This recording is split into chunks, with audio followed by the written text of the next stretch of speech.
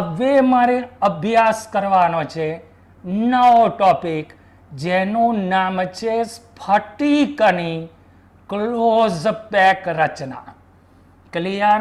કોની close pack રચના? સ્ફટિકની close pack રચના. તો સ્ફટિકની close pack રચનાનો મતલબ શું?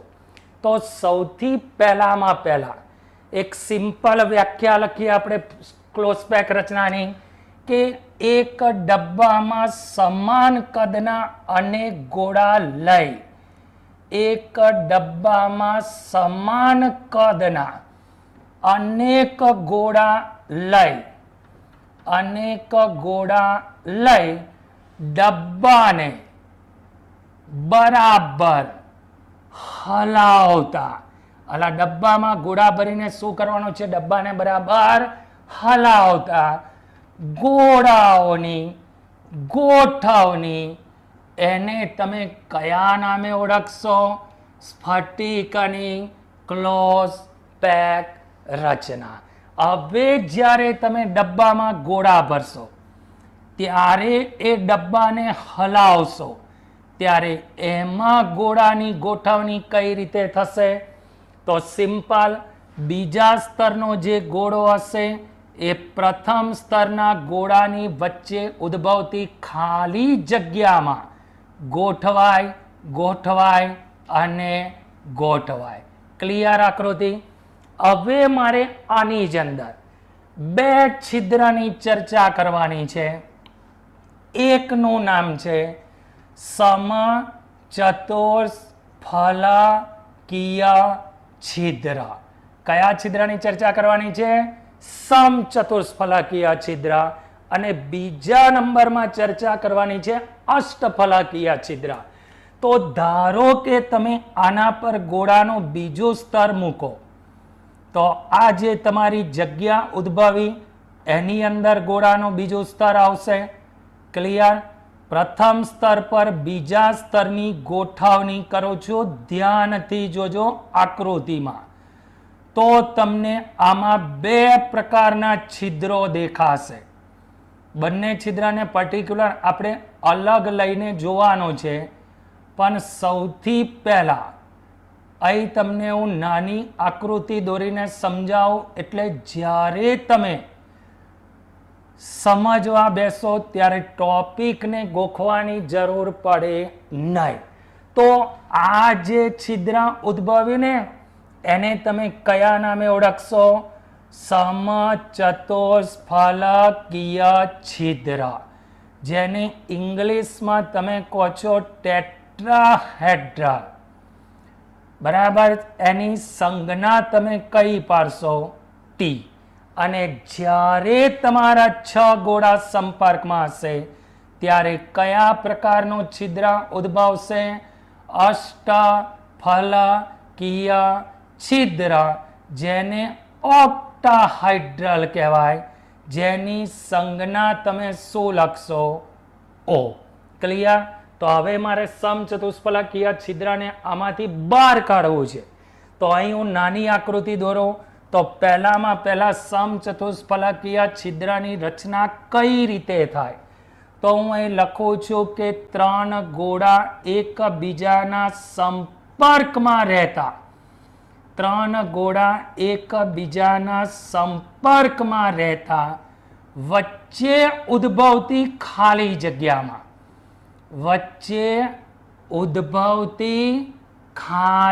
જગ્યામાં, ચોથો ગોળો મૂકતા, વચ્ચે ઉદ્ભવતી ખાલી જગ્યામાં ચોથો ગોળો મૂકતા ઉદ્ભવતા છિદ્રને તમે કયા નામે ઓળખશો?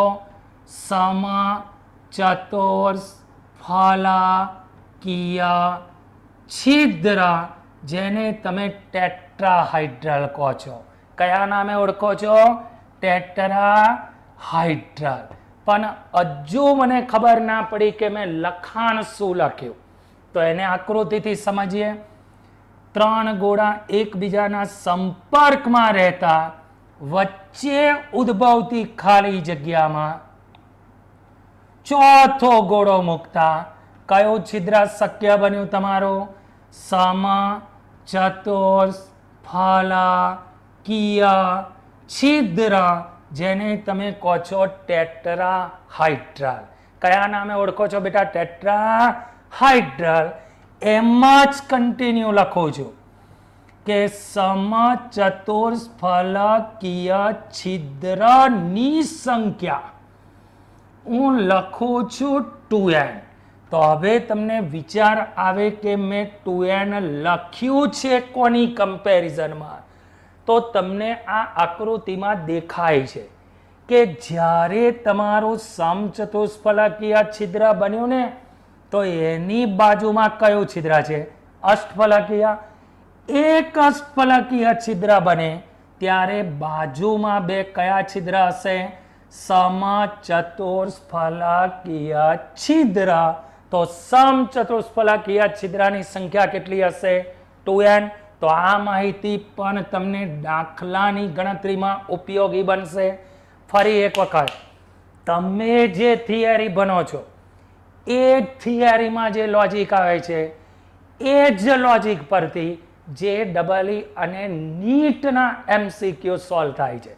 બરાબર છે? એટલે એના માટે પર્ટિક્યુલર તમારે કોઈ બીજી બુક એવી રિફર કરવાની કે જેમાં નંબર ઓફ MCQ આપ્યા હોય. થિયરી માટે તો NCERT ની બુક ઇનફ છે. જે થિયરી બુકમાં નથી આપી અને સિલેબસમાં હશે ને એ થિયરી પણ આપણે ડિસ્કસ કરીશું. જે પ્રકારના એક્ઝામ્પલ JEE નીટમાં પૂછાય છે અને તમારી ચોપડીમાં નથી છાપેલા એવા એક્ઝામ્પલની પણ ચર્ચા આપણે સ્ટેપ બાય સ્ટેપ વિડિયો લેક્ચરમાં કરતા રહીશું. ક્લિયર? હવે બીજું છિદ્ર, સમચતુષ્ફલકીયની રચના તમારી ક્લિયર થઈ ગઈ. તો હવે મારે બીજા નંબરમાં કયા છિદ્રની ચર્ચા કરવાની છે? અષ્ટફલકીય છિદ્ર, જેને તમે કહો છો ઓક્ટાહાઇડ્રલ. જ્યારે તમે અષ્ટફલકીય છિદ્રની આકૃતિ દોરવા જશો ત્યારે આકૃતિ તો થોડી ટિપિકલ છે. પહેલા હું વ્યાખ્યા લખી દઉં. 4 ગોળા એકબીજાના સંપર્કમાં રહેતા, 4 ગોળા એકબીજાના સંપર્કમાં રહેતા વચ્ચે ઉદ્ભવતી ખાલી જગ્યામાં, વચ્ચે ઉદ્ભવતી ખાલી જગ્યામાં એક ગોળો ઉપરથી, ધ્યાનથી સાંભળજો બેટા, અહીં મેં લખ્યું છે 3 ગોળા, જ્યારે અહીં મેં કયો શબ્દ લખ્યો છે? 4 ગોળા. વચ્ચે ઉદ્ભવતી ખાલી જગ્યામાં એક ગોળો ઉપરથી અને એક ગોળો નીચેથી, એક ગોળો ઉપરથી એક ગોળો નીચેથી મુકતા ઉદ્ભવતા છિદ્રને અષ્ટફલકીય છિદ્ર ઓક્ટાહાઇડ્રલ કહે છે. કયા નામે ઓળખાય છે બેટા? ઓક્ટાહાઇડ્રલ. તો હવે તમને વિચાર આવે કે 4 ગોળા એકબીજાના સંપર્કમાં રહેતા વચ્ચે ઉદ્ભવતી ખાલી જગ્યા એટલે 1, 2, 3, 4. એક ઉપરથી એક નીચેથી. ક્લિયર? તો હવે અહીંયા આગળ આકૃતિ દોરો. સૌથી વિચિત્ર આકૃતિ છે. તમારા છિદ્ર પરથી ગોળા દોરો છો, ધ્યાનથી જોજો. કેમ? ગોળા અહીં તમારી આકૃતિ આ પ્રકારની થઈ. હવે હું આમાંથી ગોળા દોરું છું. જો એક ગોળો, એની બાજુમાં આવશે આ બીજો ગોળો, ધ્યાનથી જોતા રહેજો. આ તમારો ત્રીજો ગોળો, આ તમારો ચોથો ગોળો. ક્લિયર? ધ્યાનથી જોજો, હમણાં આકૃતિ ક્લિયર થઈ જશે. આ તમારો 5મો ગોળો, આ તમારો 6થો ગોળો. તો 6 ગોળા એકબીજાના સંપર્કમાં રહેતા ઉદ્ભવતા છિદ્રને કયા છિદ્રના નામે ઓળખશો? અષ્ટફલકીય છિદ્ર, જેને ઓક્ટાહાઇડ્રલ કહો છો. સમચતુષ્ફલકીયમાં 3 ગોળા હતા, જ્યારે અષ્ટફલકીયમાં કેટલા ગોળા આવ્યા? 6. અહીં હું એક વાક્ય લખું છું કે અષ્ટફલકીય છિદ્રની સંખ્યા કેટલી હશે? n. હમણાં તમને આકૃતિમાં બતાવ્યો કે જ્યારે તમે એક અષ્ટફલકીય છિદ્રની રચના કરશો ત્યારે એની આસપાસ કેટલા છિદ્ર બનશે? 2 સમચતુષ્ફલકીય છિદ્ર. દાખલાની ગણતરીમાં તમને બંને ટોપિક કામ લાગશે. અત્યાર સુધી ગુજરાત બોર્ડમાં એમને જે દાખલો પૂછ્યો છે એ આ છિદ્ર પરથી સિમ્પલ દાખલો ટેક્સ્ટ બુકની એક્ઝામ્પલ પૂછ્યું છે, બરાબર, જે તમે 2 મિનિટમાં ગણી શકો. બિલકુલ બુદ્ધિનો ઉપયોગ કરવાનો નથી. તો ફરી એકવાર, 4 ગોળા એકબીજાના સંપર્કમાં રહેતા વચ્ચે ઉદ્ભવતી ખાલી જગ્યામાં એક ગોળો ઉપરથી એક ગોળો નીચેથી મૂકતા કયા પ્રકારનું છિદ્ર ઉદ્ભવે? અષ્ટફલકીય છિદ્ર, જેની સંખ્યા કેટલી હશે? n. જ્યારે સમચતુષ્ફલકીય છિદ્રની સંખ્યા અષ્ટફલકીયની કમ્પેરિઝનમાં કેવી હશે? બમણી. કેવી હશે બેટા? બમણી. ક્લિયર? હવે મારે એ જ સ્ફટિકની ક્લોઝ પેક રચના, તો જુદા જુદા પરિમાણમાં ક્લોઝ પેક રચનાની ચર્ચા કરવાની છે. સ્ફટિકની ક્લોઝ પેક રચના, તો સૌથી પહેલા હું અહીં લખું છું એક પરિમાણીય ક્લોઝ પેક રચના. સૌથી પહેલી કઈ રચના લખું છું? એક પરિમાણીય ક્લોઝ પેક રચના. ચાલો ધ્યાનથી તમે શબ્દને સમજ્યા હોય તો તમને લખાણમાં કોઈ જ તકલીફ ના પડવી જોઈએ. કઈ રચના છે? એક પરિમાણીય. એનો મતલબ શું થયો? અહીં હું લખું છું તો અહીં એક પરિમાણીય, એનો મતલબ કે ગોળાઓનું ફક્ત એક જ સ્તર હોય. અલા ગોળાઓનું ફક્ત કેટલું સ્તર હોય? એક જ સ્તર હોય. હજુ તમને આઈડિયા ના આવ્યો તો આ આકૃતિ પરથી ખબર પડી ગઈ. એક પરિમાણીયનો મતલબ શું? ગોળાની ગોઠવણીનું ફક્ત કેટલું સ્તર હોય? એક જ સ્તર. હવે હું બીજા નંબરમાં વાક્ય લખું છું, પ્રત્યેક ગોળો તેના પડોશી 2 ગોળાના સંપર્કમાં હોય. પ્રત્યેક ગોળો તેના પડોશી 2 ગોળાના સંપર્કમાં હોય માટે હું અહીં લખું છું ગોળાનો સવર્ગાંક કેટલો થશે? 2. તો હવે કોઈ મને કહેશે ફરી એક વખત કે સવર્ગ આંકનો મતલબ શું? તો સવર્ગ આંકની વ્યાખ્યા તમને આગળના લેક્ચરમાં શીખવાડી હતી કે સવર્ગ આંક એટલે ગોળા ને અડકીને ગોઠવાયેલા ગોળાની સંખ્યા.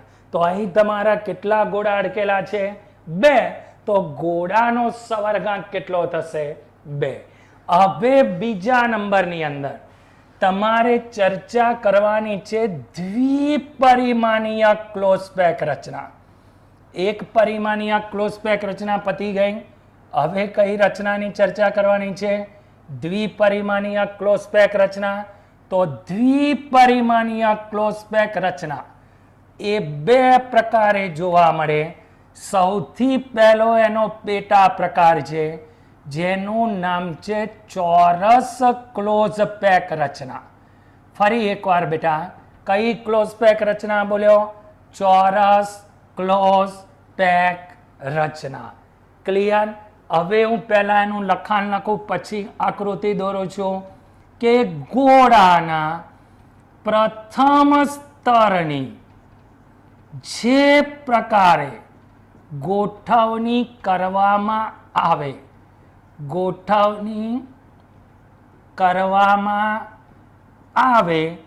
તેવા અનેક સ્તરો એકબીજાના સંપર્કમાં રહેતા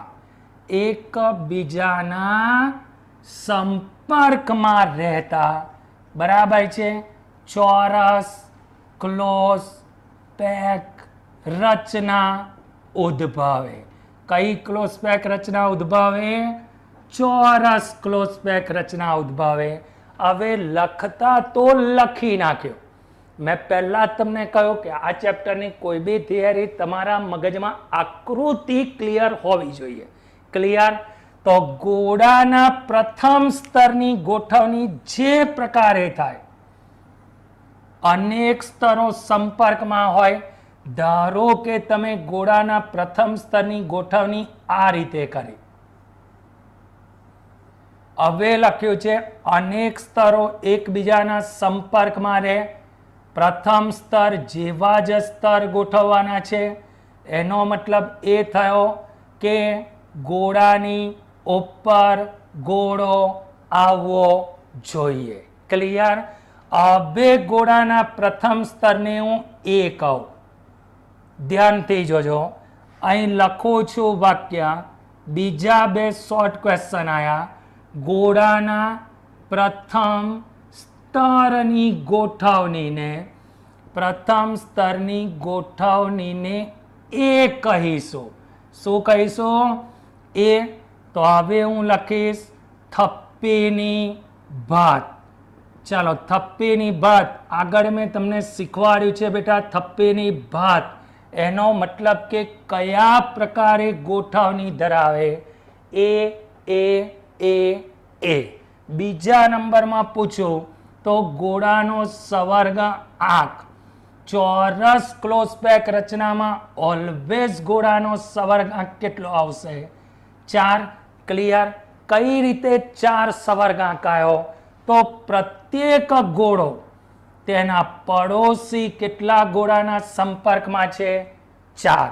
એટલે ચોરસ ક્લોઝ પેકિંગમાં ગોળાનો સવર્ગાંક થશે 4 અને થપ્પીની ભાત એ એ એ એ. ક્લિયર? એવો જ બીજો પ્રકાર.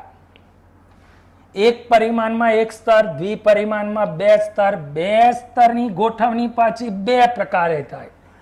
એક તમારું ચોરસ ક્લોઝ પેક અને બીજા નંબરમાં છે જેનું નામ છે ષટકોણીય ક્લોઝ પેક રચના. ષટકોણીય ક્લોઝ પેક રચના એટલે આમાં તમારું ષટકોણ બનવું જોઈએ. પહેલા આપણે થિયરી લખીશું. તો અહીં લખું છું કે ગોળાના બીજા સ્તરની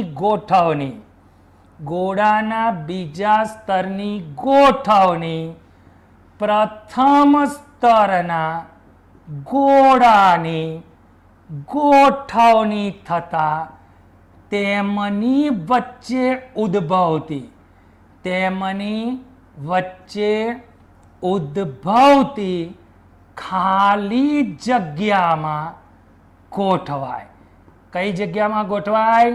ખાલી જગ્યામાં ગોઠવાય ત્યારે ષટકોણીય ક્લોઝ પેક રચના ઉદ્ભવે.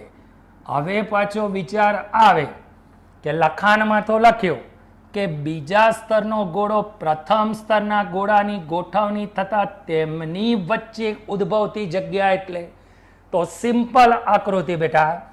તમારું ધારો કે આ પ્રથમ સ્તર છે. ક્લિયર? હવે એની વચ્ચે જે ખાલી જગ્યા છે એમાં તમે બીજા સ્તરનો ગોળો મૂક્યો. જ્યારે તમે એના પર ત્રીજું સ્તર મૂકવા જશો પ્રથમ સ્તરનું પુનરાવર્તન કરશે. ધારો કે પ્રથમ સ્તરની ગોઠવણીને એ કહીશું, બીજા સ્તરની ગોઠવણી બી. જ્યારે ત્રીજું સ્તર મૂકો ત્યારે પ્રથમ સ્તરનું પુનરાવર્તન કરશે. તો અહીં તમારું વાક્ય શું આવ્યો? પ્રથમ સ્તરના ગોળાની ગોઠવણીને એ. જ્યારે બીજા સ્તરના ગોળાની ગોઠવણીને બી કહીશું. ગોળાની ગોઠવણીને બી કહીશું. તો હવે મારો શોર્ટ ક્વેશ્ચન એમસીક્યુ માટેનો સેન્ટેન્સ શું નીકળ્યું? પહેલા એમસીક્યુ આવ્યો થપ્પીની ભાત. ચાલો કયા પ્રકારની થશે? એ બી એ બી એ બી. ક્લિયર? અહીં હું લખું છું એનો સવર્ગાંક. તો સવર્ગાંક ષટકોણીય ક્લોઝ પેક રચનામાં કેટલો આવશે બેટા? 6. હજુ મને ખબર ના પડી કે સવર્ગાંક 6 ક્યાંથી આવ્યો.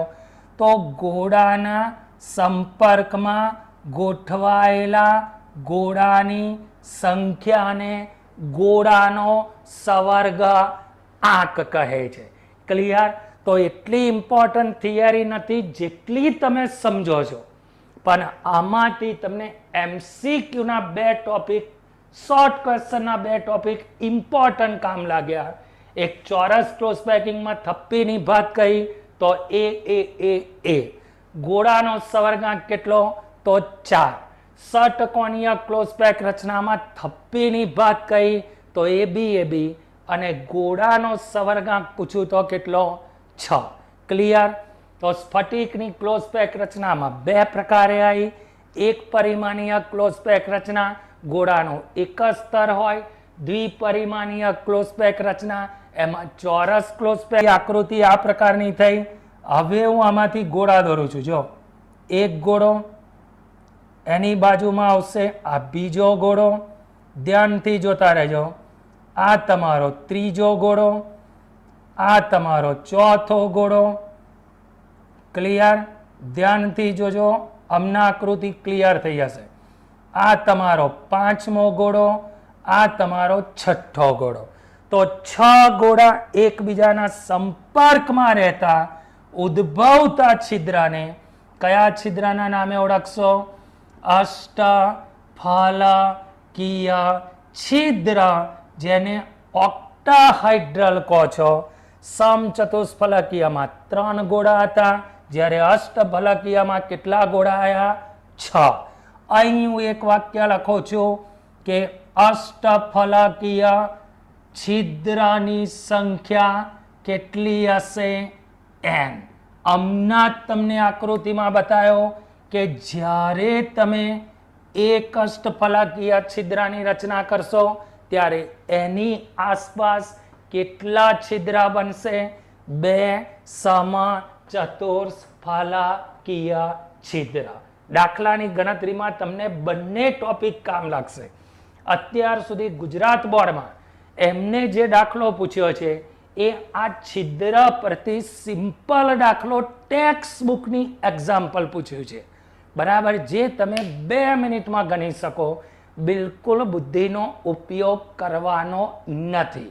તો ફરી એકવાર, 4 ગોળા એકબીજાના સંપર્કમાં રહેતા વચ્ચે ઉદ્ભવતી ખાલી જગ્યામાં એક ગોળો ઉપરથી, એક ગોળો નીચેથી મૂકતા કયા પ્રકારનું છિદ્ર ઉદ્ભવે?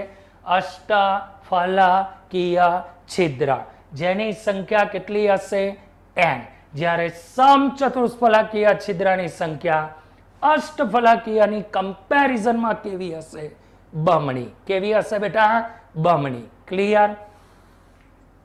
હવે મારે એ જ સ્ફટિકની ક્લોઝ પેક રચના, તો જુદા જુદા પરિમાણમાં ક્લોઝ પેક રચનાની ચર્ચા કરવાની છે. સ્ફટિકની ક્લોઝ પેક રચના, તો સૌથી પહેલા હું અહીં લખું છું એક પરિમાણીય ક્લોઝ પેક રચના. સૌથી પહેલી કઈ રચના લખું છું?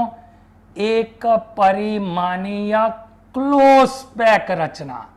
ચાલો ધ્યાનથી તમે શબ્દને સમજ્યા હોય તો તમને લખાણમાં કોઈ જ તકલીફ ના પડવી જોઈએ.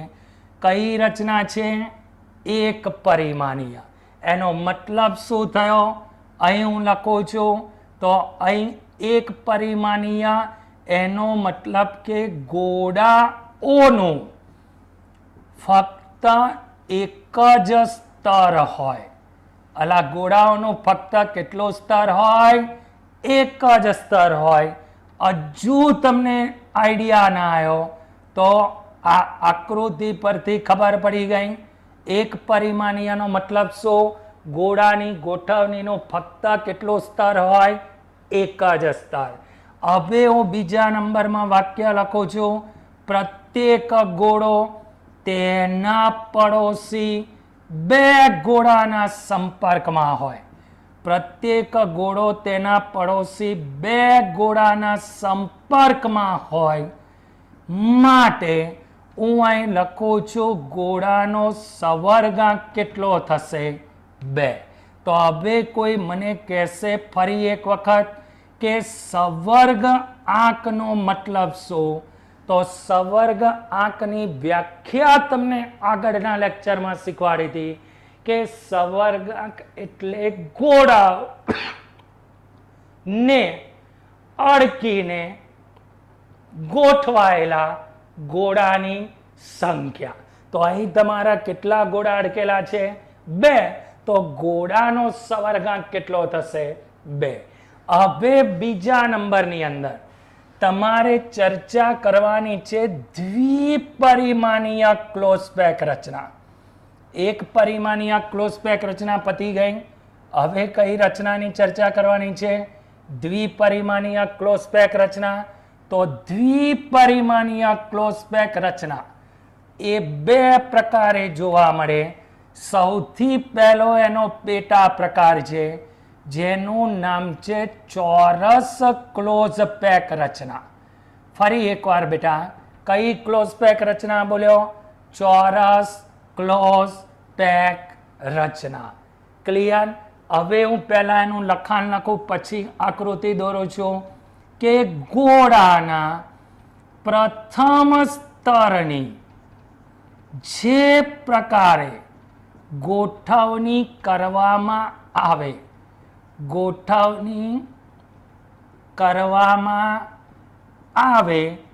તેવા અનેક સ્તરો એકબીજાના સંપર્કમાં